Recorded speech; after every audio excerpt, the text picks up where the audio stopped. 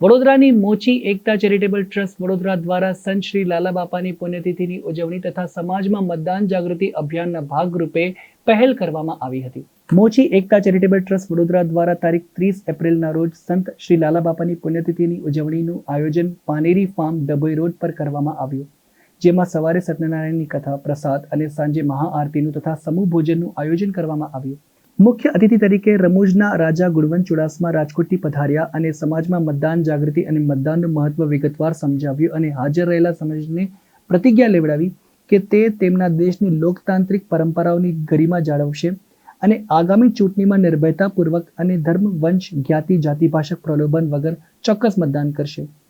મોચી એકતા charitable trust Vadodara દ્વારા આગામી લોકસભાની સામાન્ય ચૂંટણીમાં વધુમાં વધુ મતદાન થાય તે માટે સમાજની પ્રતિજ્ઞાને અને જ્ઞાતિનો તેમની મતદાન કરેલી આંગળી સાથેનો ફોટો પાડી તેમજ તેમના નજીકના એરિયામાં કેન્દ્રમાં રાત્રે 8 વાગ્યા સુધી તેમના વોટ્સએપ નંબર પર મોકલી આપવામાં આવે.